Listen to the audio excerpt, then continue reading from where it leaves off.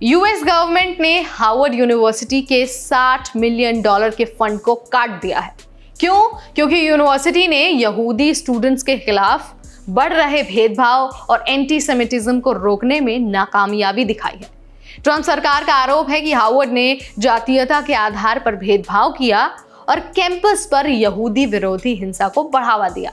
आज की इस वीडियो में हम आपको इस फैसले के पीछे की पूरी कहानी बताएंगे और बताएंगे कि भारत के साथ साथ जो दूसरे इंटरनेशनल स्टूडेंट्स हैं उन पर इसका क्या असर होने वाला है। Hi everybody, I am Neha Upadhyay and you are watching NBT tech it. तो सबसे पहले यही जान लेते हैं कि आखिर हार्वर्ड पर सरकार ने आरोप क्या लगाए हैं। अब देखिए, ट्रंप सरकार का कहना है कि हार्वर्ड ने अपने कैंपस पर यहूदी स्टूडेंट्स के खिलाफ होने वाले भेदभाव और परेशानियों को सही तरीके से नहीं रोका है। इतना ही नहीं, बल्कि कहा तो ये भी जा रहा है कि हार्वर्ड एडमिशन में एथनिसिटी यानी कि जातीयता का ध्यान रखता है, जो कि सरासर गलत है।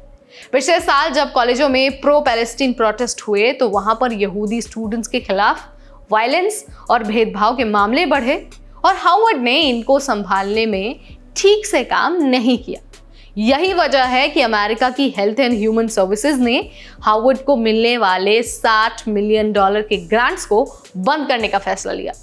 अब जरा बात करते हैं कि इन सारे चीजों पर हार्वर्ड का क्या कहना है।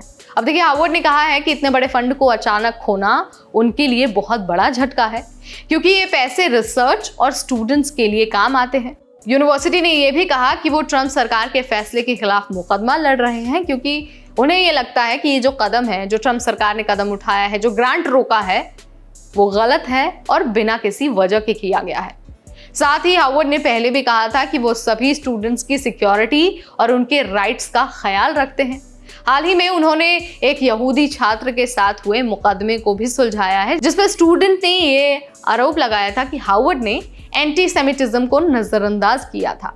ट्रंप सरकार का यह कदम सिर्फ हार्वर्ड तक ही लिमिटेड नहीं है, बल्कि वो अमेरिका के कई बड़े कॉलेजों और यूनिवर्सिटीज को लेकर ऐसा कर रहे हैं, खासकर जहां वो मानते हैं कि रेडिकल लेफ्ट है या फिर एंटी अमेरिकन विचारधाराएं फैल रही हैं।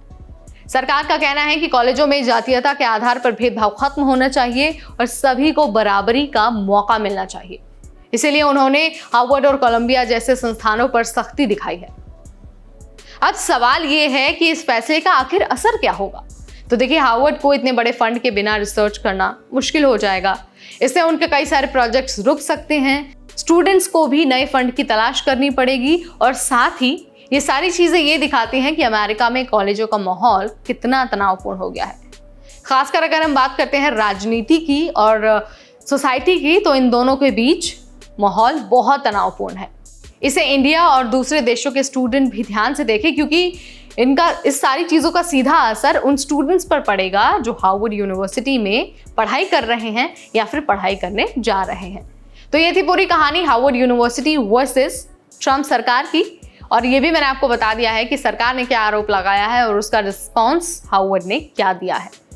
वीडियो अगर आपको पसंद आया तो इसे लाइक और शेयर करना बिल्कुल न भूलें। ऐसे अपडेट्स के लिए stay tuned to NBT tech it.